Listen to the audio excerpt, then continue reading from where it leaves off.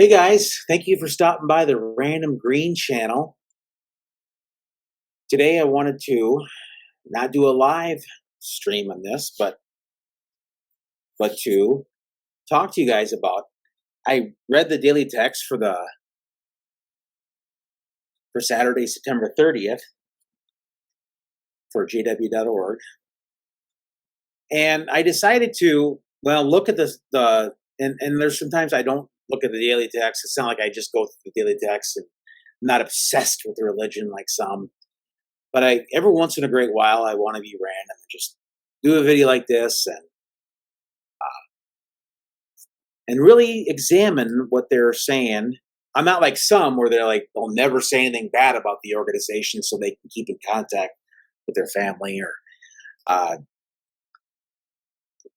but I'm at the same time going to try to go after the religion and just bash them, for the sake of bashing. So I wanted to. I hope this is big enough. If you have a mobile device, you probably, again, most people watch YouTube on the mobile on your mobile device. But something that really caught my eye was Matthew 23:4. And again, it wasn't a planned video. It wasn't like, oh, I'm just going to do this so I can bash the organization, or and there's channels out there that do this and they don't bash the organization. They use it through, like Mark Martin is a perfect example. He doesn't try to bash the organ. He just lets their printings speak for itself, and that's what I'm going to do. And we can examine it, and don't be afraid to look at it critically. And there's some people out there that just like to pull their hair out of their roots because they don't want to look at the organization in a bad way, at any stretch. They want to go, but they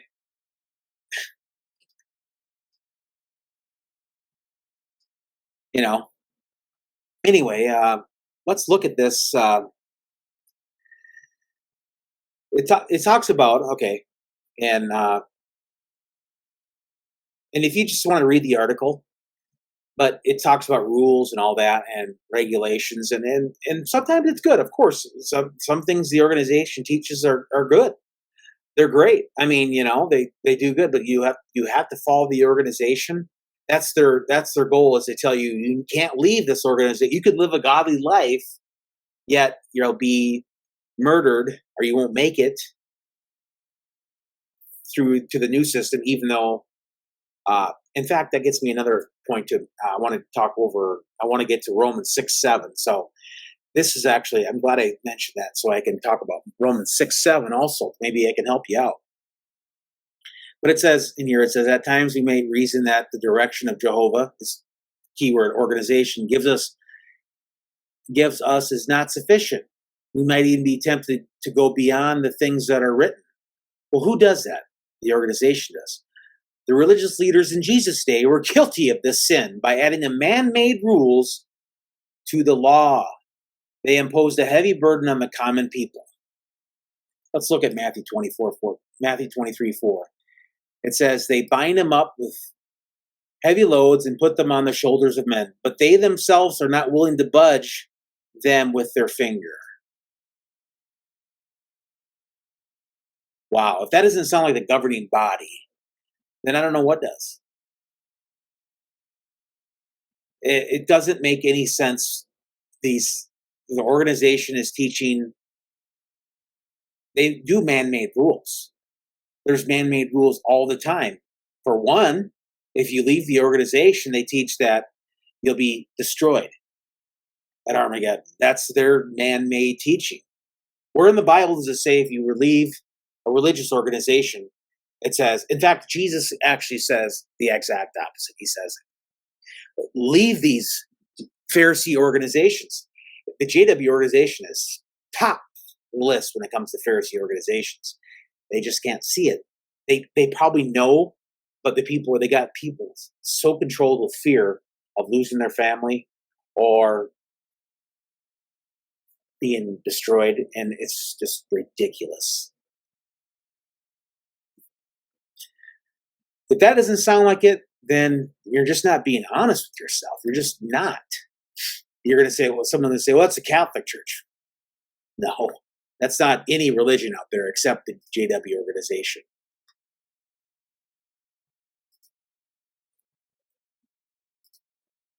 So,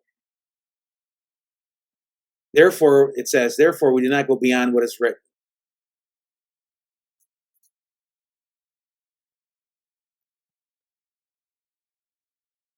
Yeah.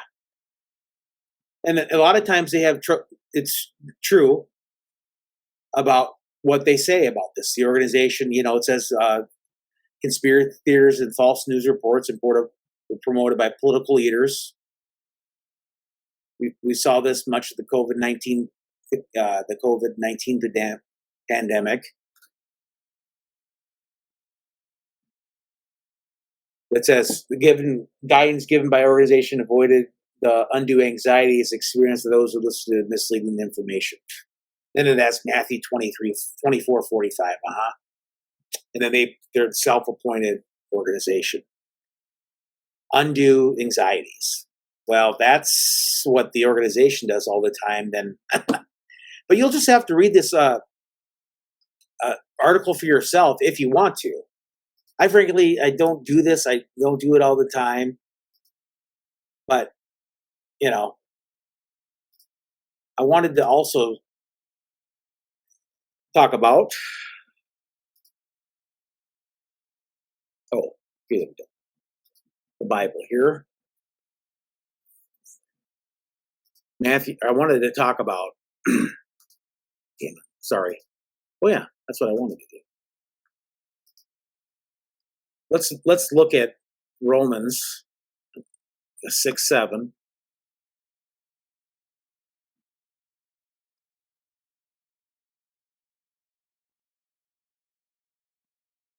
Yeah, there we are. Romans 6 verse 7. It talks about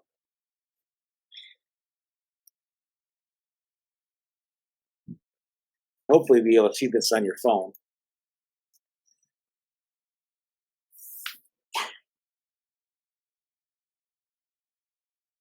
Excuse me.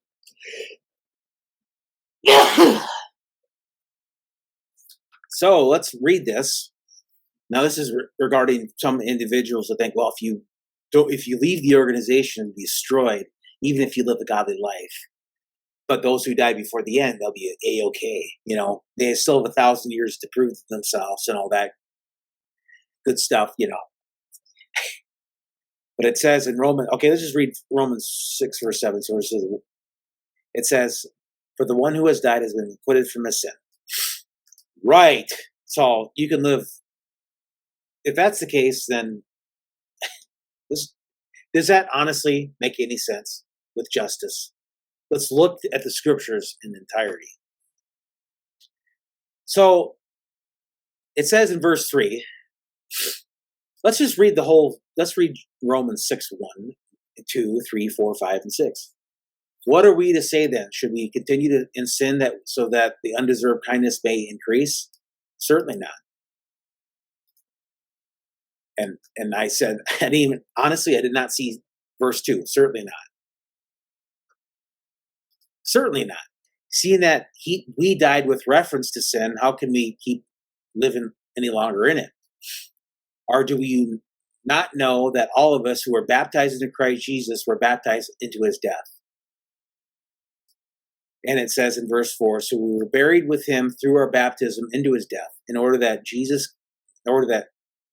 just as Christ was raised up from the dead through the glory of the Father, so we also should walk in a newness of life. If we have become, in verse 5, it says, if we have become united with him in the likeness of his death, we will certainly also be united with him in the likeness of his resurrection. So it's talking about a former way of life. For we know that our old personality was nailed to the stake along with him, in order for our sinful bodies to be made powerless, so that we should no longer be ongoing slaves to sin. For the ones who has been acquitted from his sin. It's not talking, and the organization, the JW organization, jw.org, will sit there and say, well, since you died, you be acquitted from your sin. No, it's not talking about that. It's not talking about that at all. If you just read Romans 1 through chapter 6, 1 through 6, you can totally tell that Romans 6, 7 is talking, is they take it out of context and they read, oh, he died. That's right. They died. Talking about, it's symbolically talking about dying to a former way of life, dying to sin. The one who has died has been acquitted from this. The one who has died to a former way of life. The organization likes to give people, they like to give people an excuse to that they'll come back. Oops.